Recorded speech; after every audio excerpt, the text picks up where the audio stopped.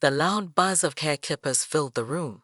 Officer John Hawkins stood over Tanya Williams, a pregnant black woman. He was shaving her head. Tanya was crying, begging him to stop. But Officer Hawkins didn't listen. He kept shaving, his face cold and stern. Tanya felt helpless. She was 8 months pregnant and excited about her baby shower next week. Now, she sat in a police station, watching her hair fall to the floor. She couldn't believe this was happening. Earlier that day, Tanya had been driving to the store. She was humming along to the radio, thinking about the baby clothes she wanted to buy. Then she saw the flashing lights in her mirror. A police car was pulling her over. Officer Hawkins walked up to her car. His hand was on his gun. This made Tanya nervous. "License and registration," he said in a harsh voice. Tanya's hands shook as she looked through her purse. She couldn't find her license. "I'm sorry, officer," she said. "I think I left my license at home. I'm just running to the store for my baby shower." Officer Hawkins cut her off. "Get out of the car," he ordered. Tanya was confused and scared. She didn't move right away. This made Officer Hawkins angry. He reached into the car and pulled her out roughly. Tanya stumbled. Her hand touched Officer Hawkins' face by accident. It left a small scratch. "You're under arrest for assaulting an officer," Hawkins growled. He put handcuffs on Tanya. At the police station, things got worse. Officer Hawkins said it was policy to shave the heads of people they arrested. This wasn't true, but Tanya didn't know that. "Please," Tanya cried. "I'm pregnant.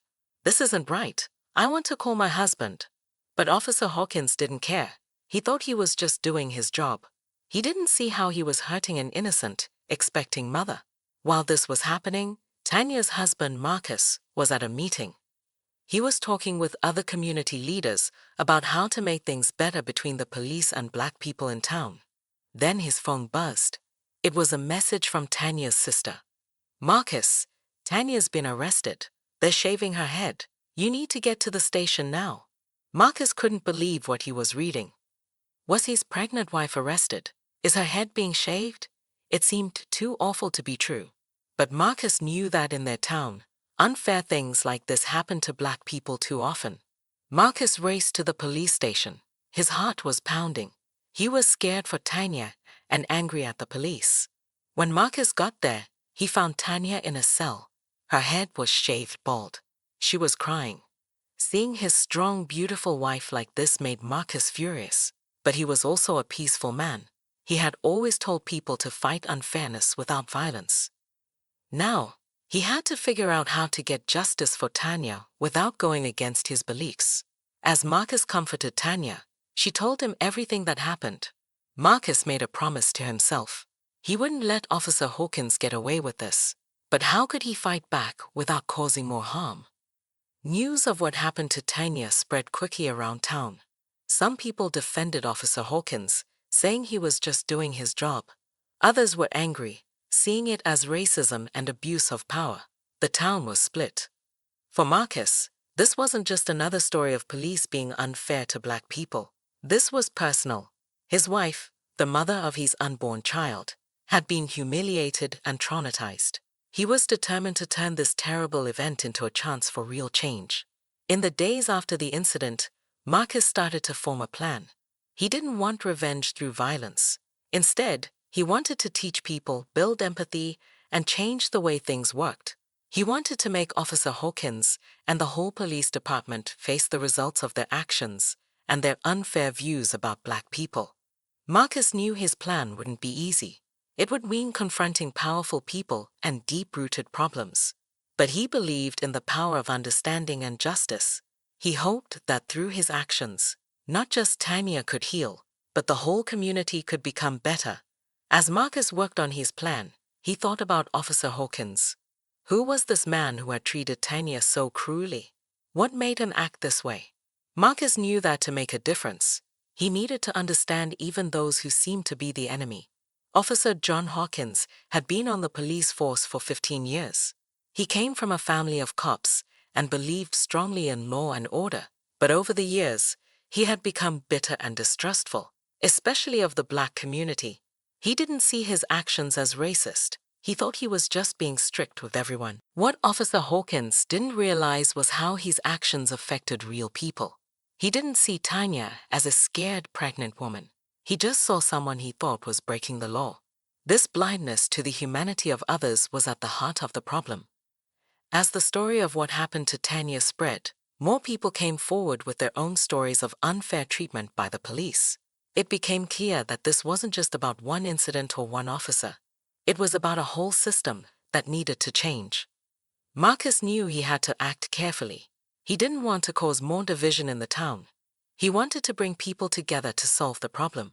But he also knew that sometimes you have to make people uncomfortable to make them see the truth. His first step was to talk to the media. He told Tanya's story, not with anger, but with sadness and a call for change. He invited Officer Hawkins and the police chief to meet with him and other community leaders. He wanted to have an honest talk about what happened and how to make things better. At first, the police department tried to defend Officer Hawkins. They said he was following procedure, but as more people spoke out and evidence came to light, it became harder to justify what had happened.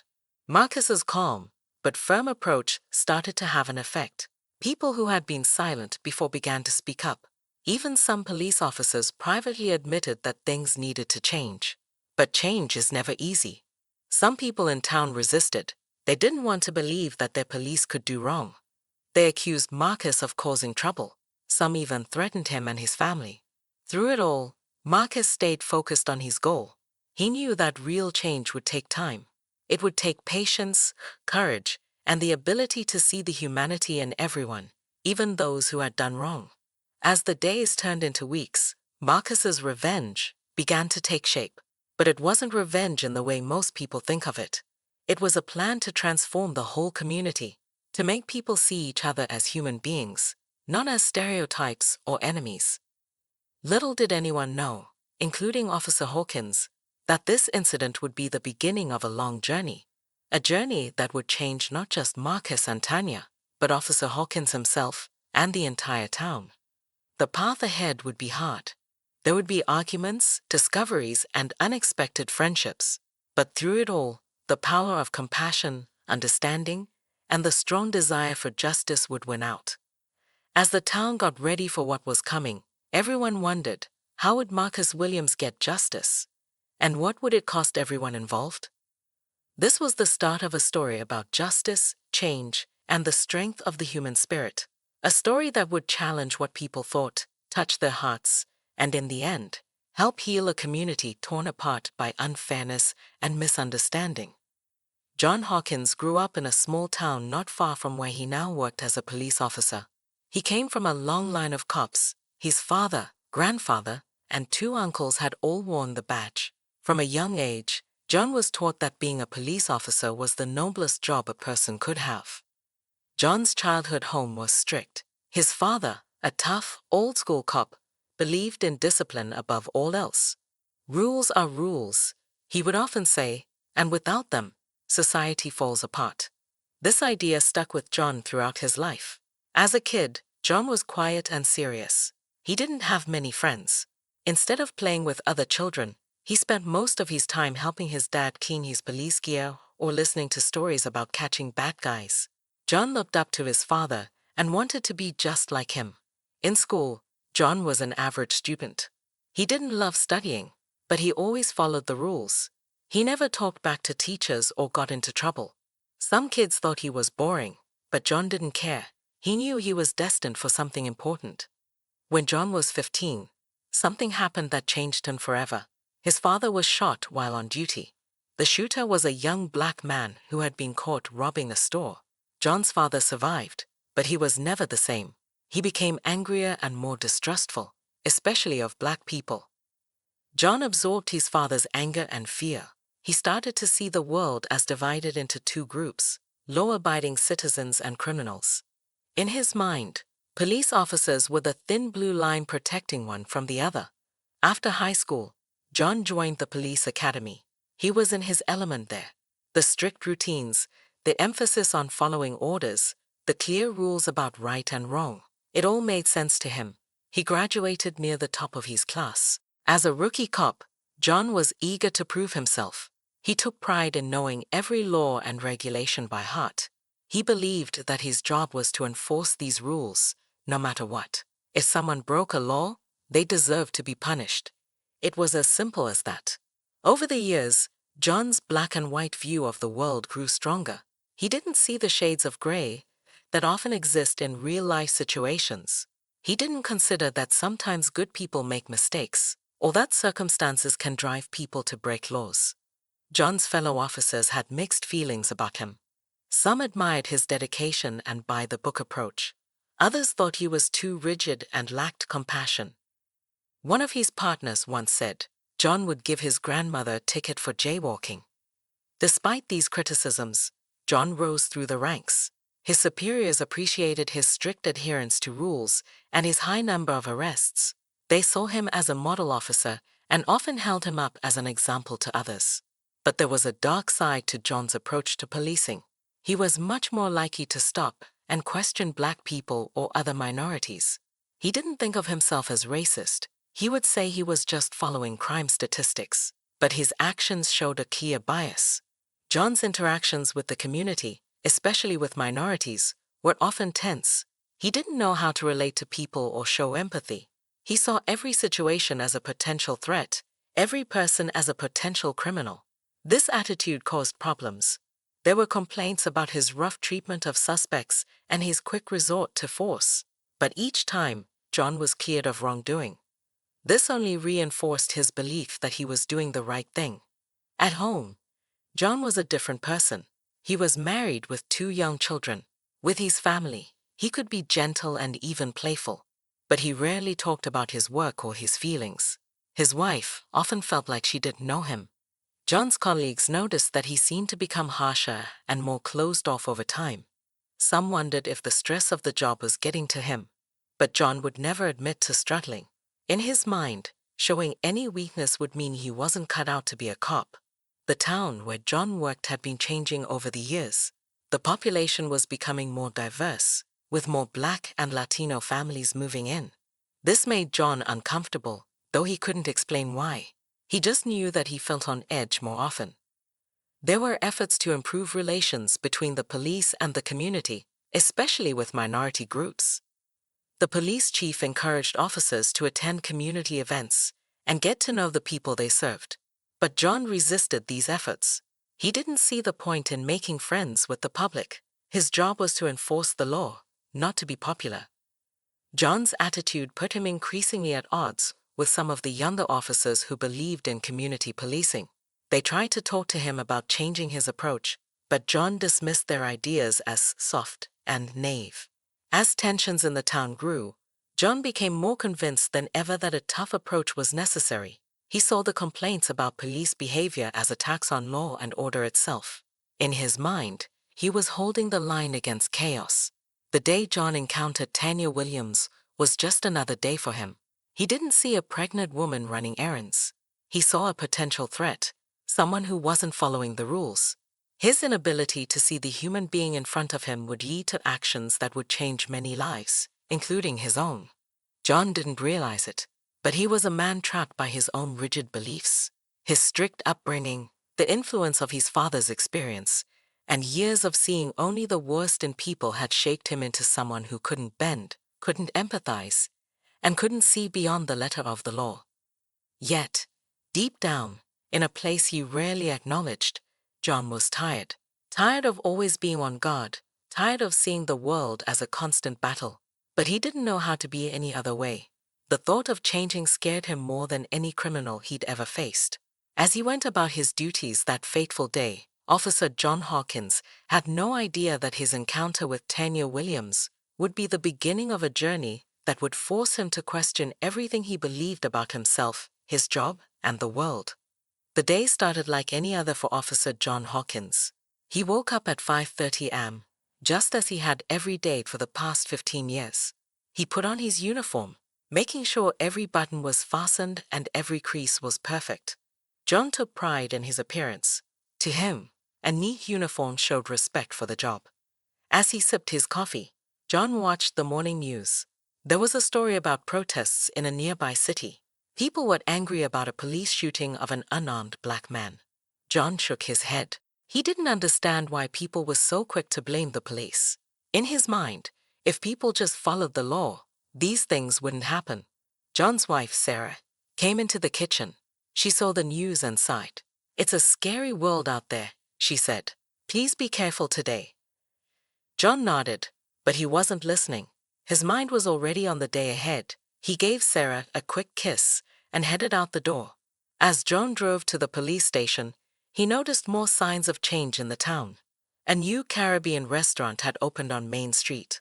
A group of Latino kids were walking to school, chatting loudly in Spanish. John felt a twinge of unease. The town was changing, and he didn't like it. At the station, John's partner, Officer Mike Rodriguez, was waiting for him. Mike was younger than John, and they often disagreed about how to do the job. Mike believed in talking to people and trying to understand them.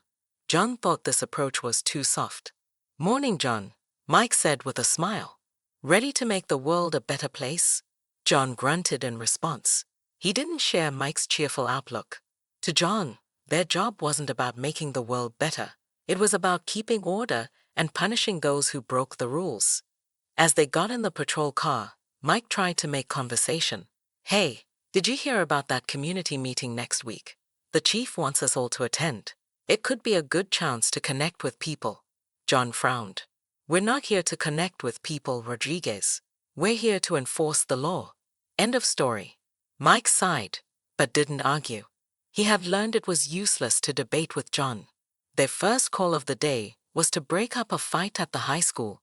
When they arrived, they found two teenage boys shouting at each other.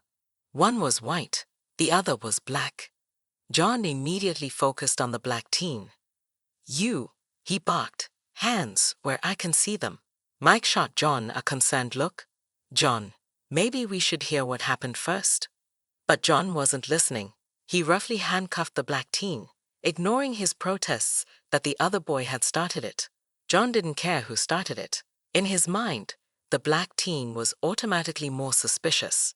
As they drove back to the station with the arrested teen in the back, Mike tried again to talk to John. "Don't you think we should have gotten both sides of the story? We don't know what happened." John's jaw tightened. "I know what I saw, Rodriguez. One of them was being aggressive, so I dealt with it. That's our job." Mike wanted to argue, but he knew it would do no good. John's mind was made up. After they processed the arrested teen, John and Mike went back on patrol. The day was hot, and tensions in the town seemed high. John felt on edge, like something was about to happen. As they drove through a predominantly black neighborhood, John's eyes darted from person to person, looking for any sign of trouble. He saw danger everywhere, in the group of young men on the corner, in the woman arguing loudly on her phone, in the kid riding his bike without a helmet. Mike noticed John's tension. "Hey, man, you okay? You seem extra tense today." John gripped the steering wheel tighter. "I'm fine. Just keeping my eyes open. You never know where trouble might come from." Just then, a call came over the radio. There was a report of a possible break-in at a house in a wealthy, mostly white neighborhood. John's adrenaline spiked. This was the kind of action he lived for.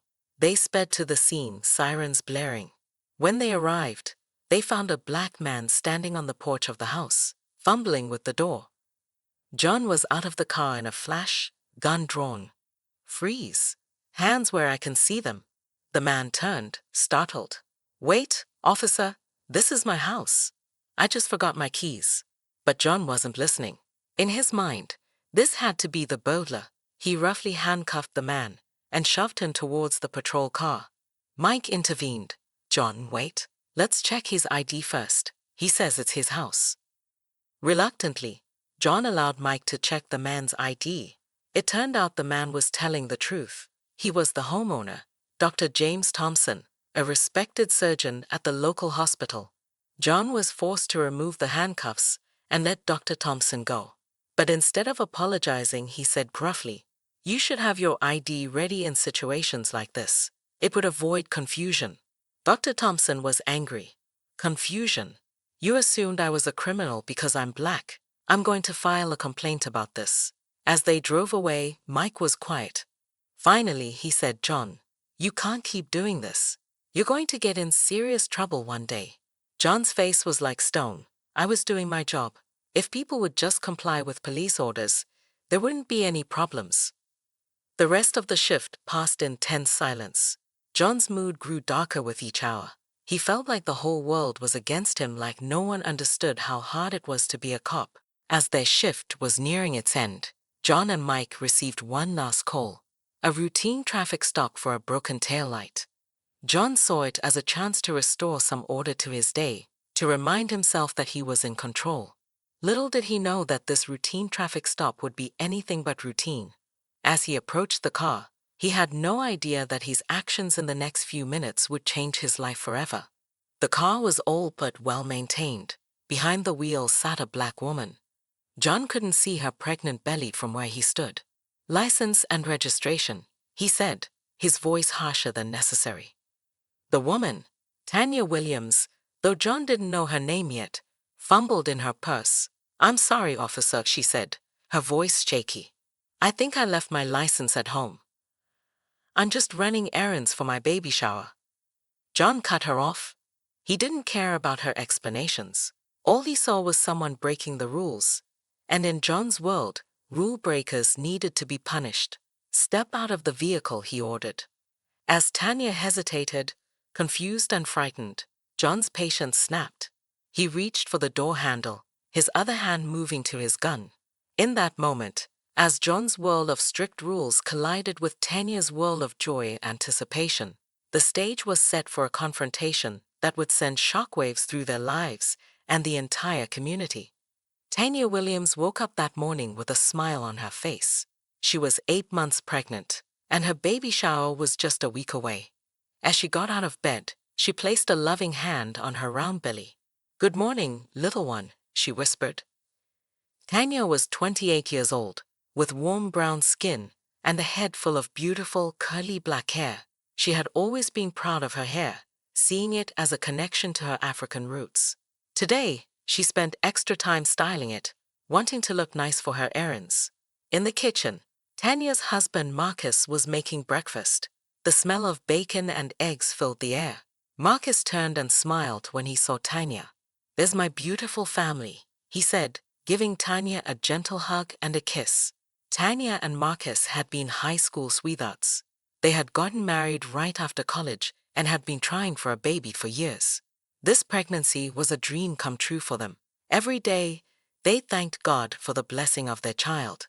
As they ate breakfast, Tanya and Marcus talked about their plans for the day. Marcus had a meeting with other community leaders. They were working on a project to improve relations between the police and the black community. "I really think we're making progress," Marcus said. "If we can just get everyone to see each other as human beings, I know we can make this town better for everyone, including our little one," he added, smiling at Tanya's belly. Tanya nodded. She was proud of Marcus's work. She knew how important it was, especially now that they were bringing a child into the world.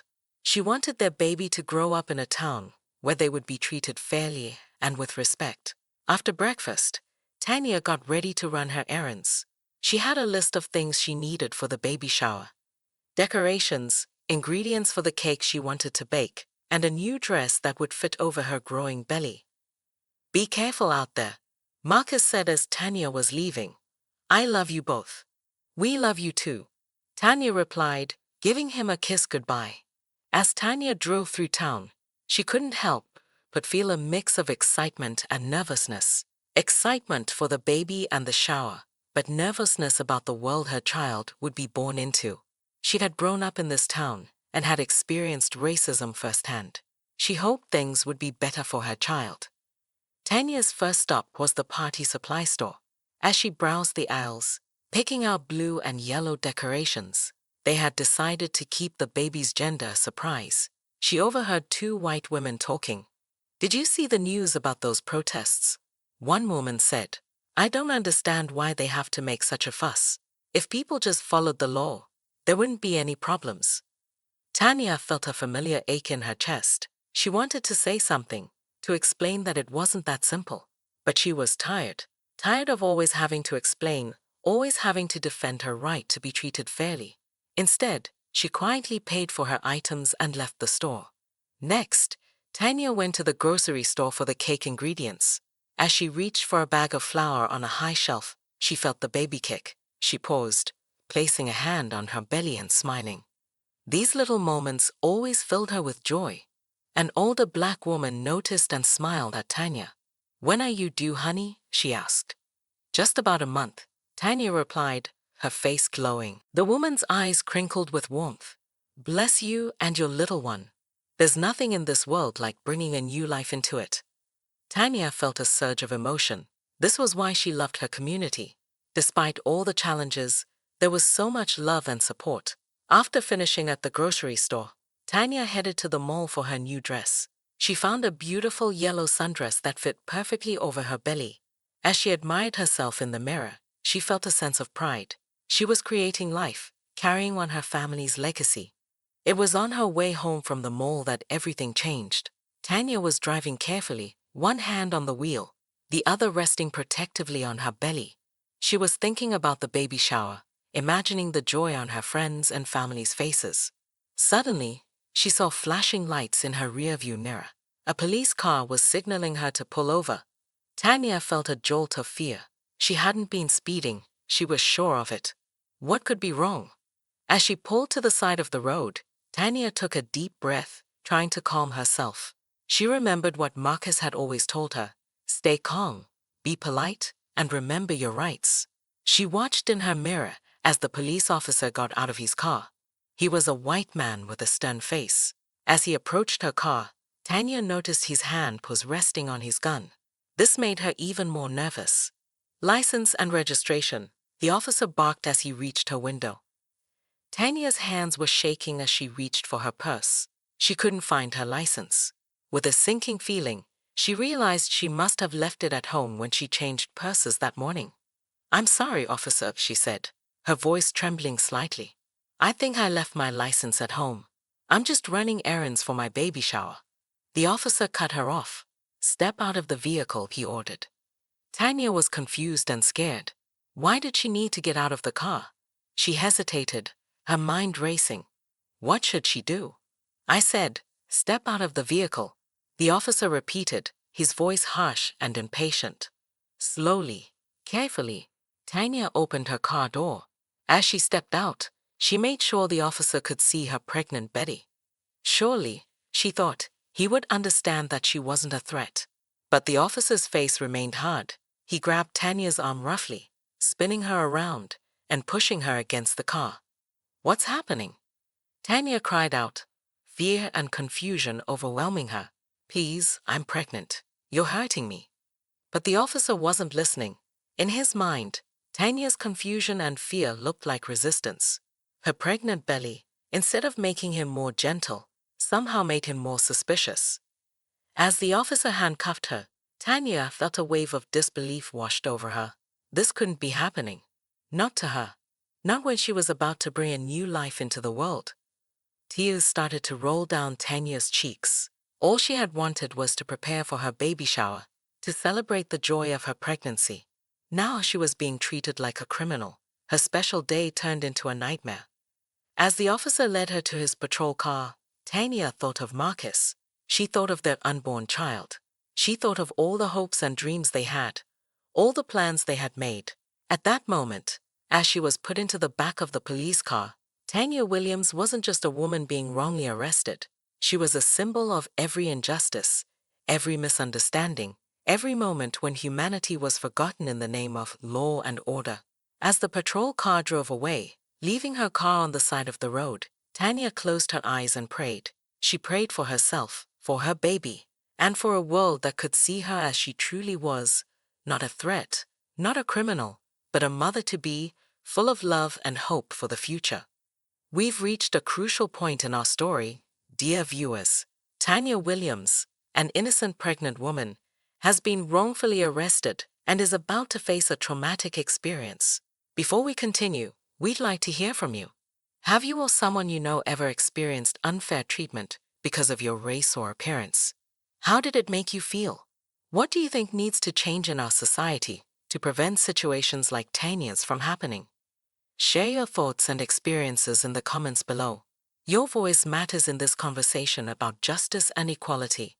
Also, if this story has touched you so far, please consider subscribing to our channel. We bring you powerful, thought-provoking stories like Tanya's regularly, aiming to shed light on important social issues and inspire positive change. Remember, by sharing these stories and discussing them openly, we can work together towards a fairer, more understanding world. Stay tuned as we continue Tanya's story and see how Officer Hawkins faces the consequences of his actions. Officer John Hawkins had no idea that his actions toward Tanya Williams would change his life forever. As he drove back to the station with Tanya in the back of his patrol car, he felt sure he was doing the right thing. But he was about to learn a hard lesson. At the station, things started to unravel quickly. When John brought Tanya in, his supervisor, Sergeant Maria Rodriguez, immediately noticed something was wrong. "Hawkins, what's going on here?" she asked, her eyes widening as she saw the pregnant, handcuffed woman. "Routine traffic stop, Sarge," John replied. Suspect couldn't produce a license and became combative. Tanya spoke up, her voice shaking. "That's not true. I told him I forgot my license. I didn't do anything wrong." Sergeant Rodriguez frowned. She had heard complaints about Hawkins before, but this seemed extreme even for him. "Hawkins, my office. Now." As John followed his supervisor, he felt a flicker of doubt for the first time. But he pushed it away. He was just doing his job, wasn't he? In her office, Sergeant Rodriguez didn't mince words. "What were you thinking, Hawkins? She's pregnant. Was she a threat?" John tried to defend himself. "She resisted arrest, Sarge. I was following procedure." "Following procedure?" Rodriguez's voice rose. "There's nothing in our procedures about arresting pregnant women for minor traffic violations." As they argued, there was a commotion outside. Marcus Williams had arrived at the station, and he was furious. "Where's my wife?" he demanded. "What have you done to her?" When Marcus saw Tanya, handcuffed and crying, his heart broke. But when he noticed her shaved head, his sadness turned to rage. "Who did this?" he shouted. "Who shaved my wife's head?" All eyes turned to John.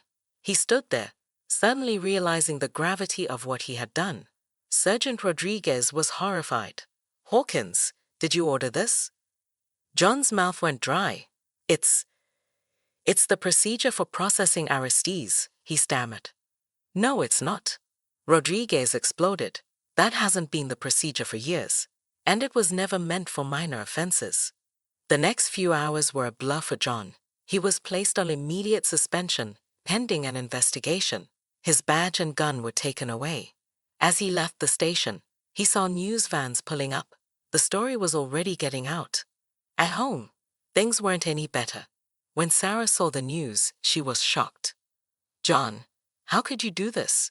she asked, tears in her eyes. "That poor woman." John tried to explain, but his words sounded hollow even to himself. For the first time, he started to see his actions through others' eyes. The next day, the story was everywhere. Local news, social media, and even national outlets picked it up. The headlines were brutal. "Cop shaves pregnant woman's head after minor traffic stop. Racial profiling incident shocks community." John couldn't escape it. When he went to the grocery store, people stared and whispered. Some openly glared at him.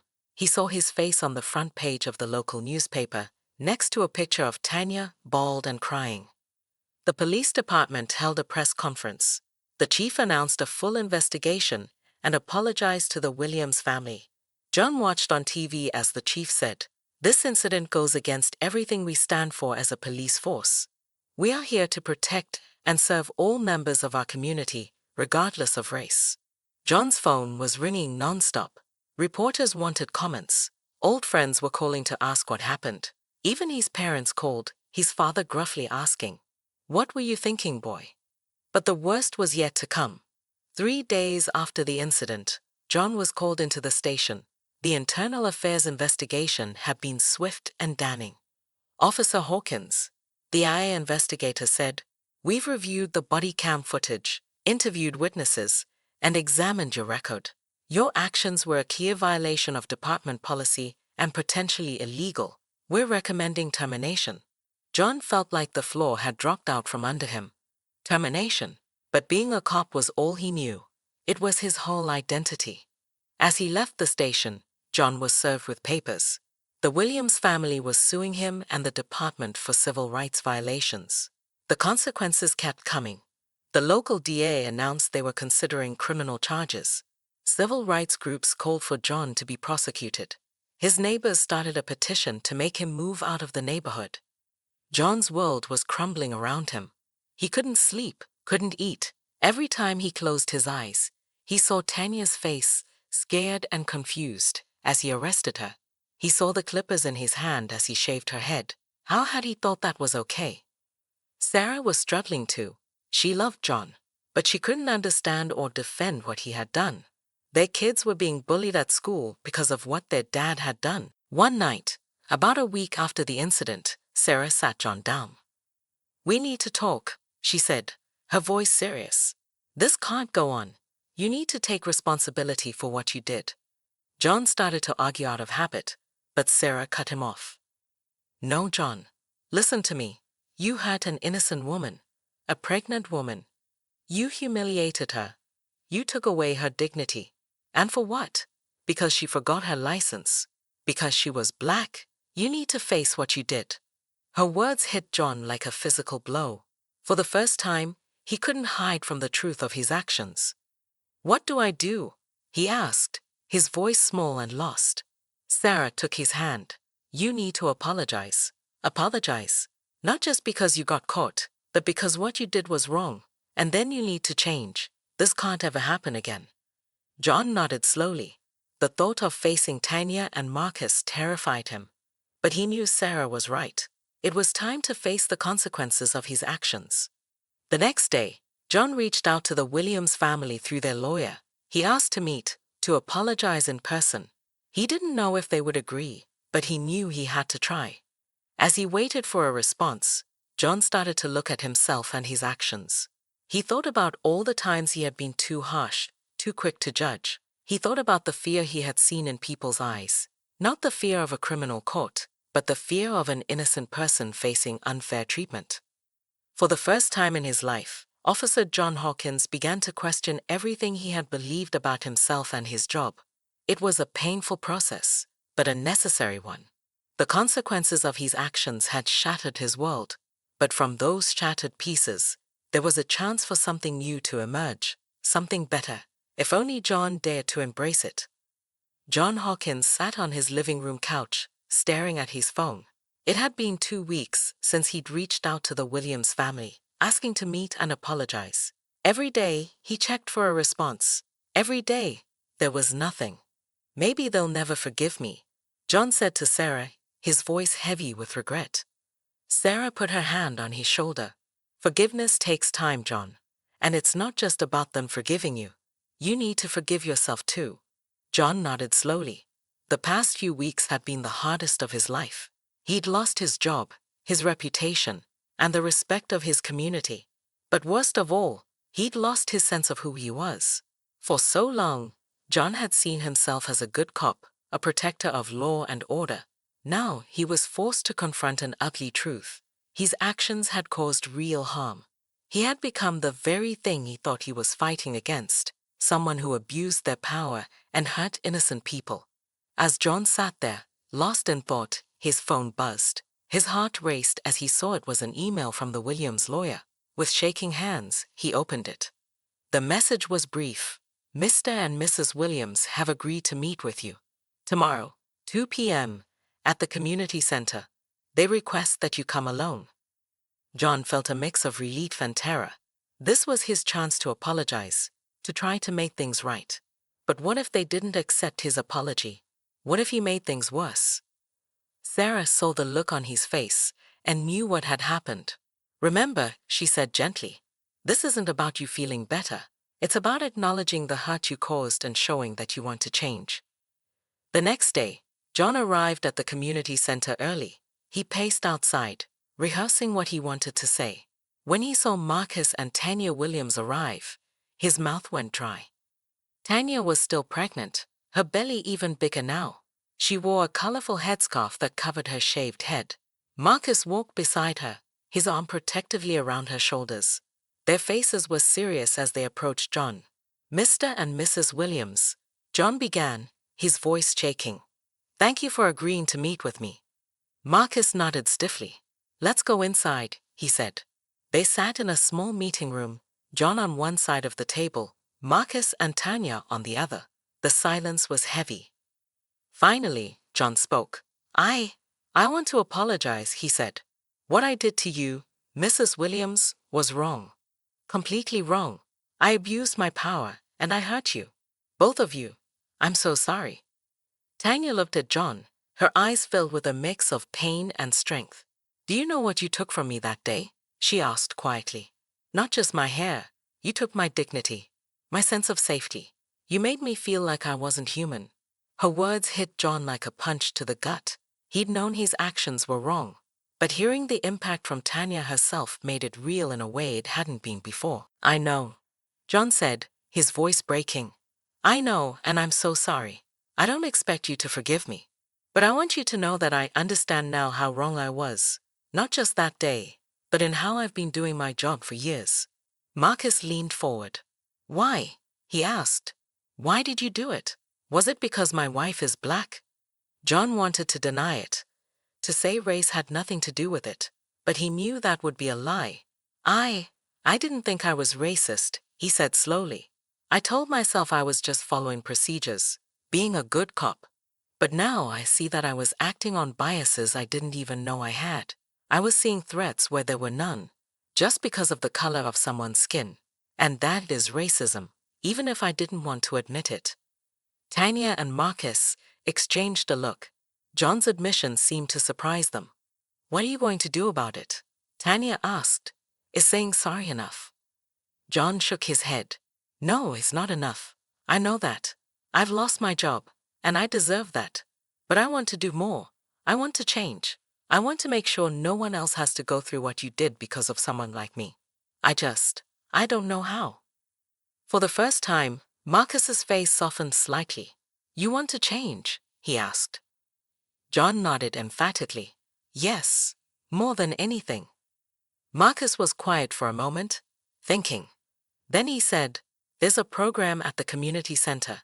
It's for building understanding between police and the black community. They're always looking for former officers to participate. If you're serious about changing, maybe you should start there." John felt a glimmer of hope. "I'll do it," he said immediately. "Anything you think would help." Tanya spoke up. "It won't be easy," she warned. "You'll have to confront a lot of hard truths about yourself and about the system you were part of." "I'm ready," John said. "I need to do this. For you, for myself, and the community." As they left the meeting, John felt a mix of emotions.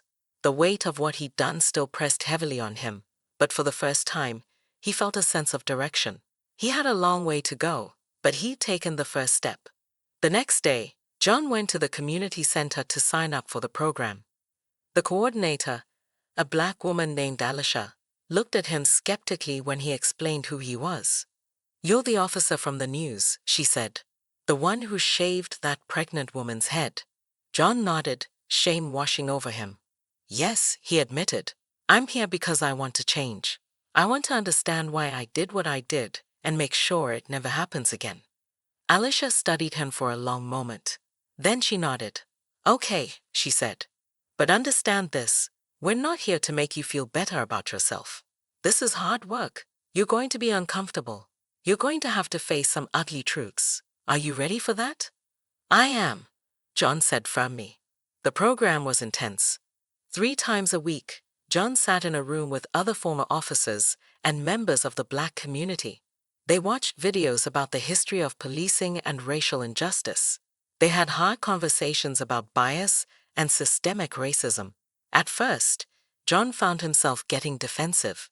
When people talked about police brutality, he wanted to argue that not all cops were bad. But as he listened more, he started to understand. It wasn't about individual bad apples. It was about a system that allowed and even encouraged the kind of behavior he'd been guilty of. One session hit John particularly hard. They were discussing the psychological impact of police encounters on Black individuals. A young man named Devin shared his story. "I was 12 the first time a cop pulled a gun on me," Devin said. "I was just riding my bike in my neighborhood. But to that officer, I was a threat. Do you know what that does to a kid? To know that the people who are supposed to protect you see you as a criminal." John thought about his kids, about how he'd never had to worry about them being seen as a threat just for existing. He thought about all the times he'd stopped Black kids, assuming they were up to no good. Shame washed over him. After the session, John approached Devin. "I'm sorry," he said. "I've been that cop. I've made kids like you feel that way. I didn't understand the harm I was causing, but that's no excuse." Devin looked at John for a long moment. "You're right, it's not an excuse," he said. "But the fact that you're here, trying to understand, that's something. Just don't stop here. Take what you're learning and do something with it." John nodded, taking Devin's words to heart. As the weeks went by, John found himself changing. He started to see the world differently. He noticed things he'd never paid attention to before: the way store security followed Black customers around, the lack of diversity in positions of power in the town. He also started to understand the depth of the hurt he caused Tanya. It wasn't just about one bad day. It was about a lifetime of experiences, of feeling unsafe and unvalued, that his actions had reinforced. One day, about 2 months into the program, Alicia pulled John aside. "We have a big event coming up," she said. "A town hall meeting about police reform. We want someone from the program to speak. I think it should be you." John was shocked. "Me? But why? After what I did?" Alicia's face was serious. "Because of what you did," she said. "You've been doing the work, John. You've been listening and learning. Your story, it could help people understand why change is so necessary." The thought of speaking publicly terrified John. What would people think? Would they just see him as the cop who'd abused a pregnant woman? But he knew Alicia was right. If his story could help, he had to tell it. The night of the town hall, the community center was packed. John saw familiar faces, people from the program, community leaders, and there, in the back, Marcus and Tanya Williams. When it was his turn to speak, John's hands were shaking as he approached the microphone. He took a deep breath and began. "My name is John Hawkins," he said. "A few months ago, I was a police officer in this town. I thought I was one of the good guys. I thought I was protecting people, but I was wrong." John went on to tell the story of what he'd done to Tanya. He didn't make excuses. He laid out exactly what he'd done and why it was wrong. "I acted out of bias and fear," he said. "I saw a threat where there was none. Just because of the color of Mrs. Williams' skin, I abused my power, and I caused real harm." He then talked about his journey over the past months, about confronting his biases, learning about systemic racism, and understanding the impact of his actions. "I can't undo what I did," John said, his voice thick with emotion. "But I can dedicate myself to making sure it never happens again.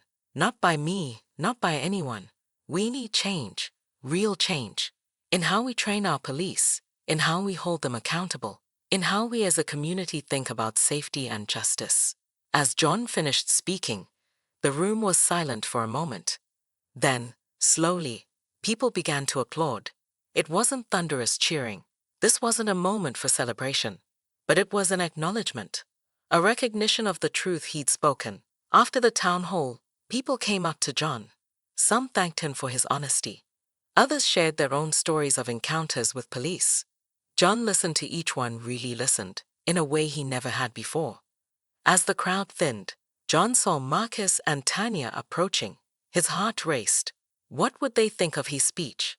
Marcus spoke first. "That couldn't have been easy," he said. "But it was important. Thank you for telling the truth." Tanya nodded. "You've come a long way, Mr. Hawkins," she said. She touched her headscarf, where her hair was starting to grow back. "What you did to me, I won't ever forget it. But seeing you take responsibility, seeing you work to change, it helps." John felt tears in his eyes. "Thank you," he said softly, "for giving me the chance to try to make things right. I know I can never fully make up for what I did, but I promise you, I won't stop trying." As John left the community center that night, he felt different. The shame and regret was still there. He knew they always would be. But alongside them was something new, a sense of purpose, a commitment to keep learning, keep growing, and use his experience to push for real change. John knew his journey was far from over. He had a lifetime of biases to unlearn, a community to make amends to, and a system to help change. But for the first time in months, he felt hope. Hope that he could be part of the solution, rather than part of the problem. As he drove home, John thought about all the people he'd met over the past months. Devon, Alicia, and all the others who'd shared their stories and their pain. He thought about Tanya and Marcus, who'd found the strength to give him a chance to change. And he thought about his former colleagues on the police force. He knew now that it wasn't enough for individual officers to change. The whole system needed to be transformed. John made a silent vow to himself. He would use everything he'd learned, all the understanding he'd gained, to push for that transformation. It wouldn't be easy. He knew he'd face resistance, skepticism, and probably anger. Some people would never forgive him for what he'd done, and he understood that. But he also knew that he couldn't go back to who he'd been before. The only way was forward. As John pulled into his driveway, he saw Sarah waiting for him on the porch. She'd been his rock through all of this, supporting him even when he couldn't support himself. "How did it go?" she asked as he got out of the car. John took a deep breath. "It was hard," he said. "But good. I think I finally know what I need to do." Sarah smiled and took his hand. "I'm proud of you," she said. "You're not running from your mistakes. You're facing them and trying to make things better. That takes courage." John squeezed her hand, grateful for her support. As they went inside, he felt a sense of peace he hadn't experienced in months. He knew the road ahead would be long and difficult, but for the first time, he felt ready to walk it. John Hawkins, once a symbol of what was wrong with policing, was on his way to becoming an advocate for what it could be. His journey of redemption was far from over, but it had truly begun.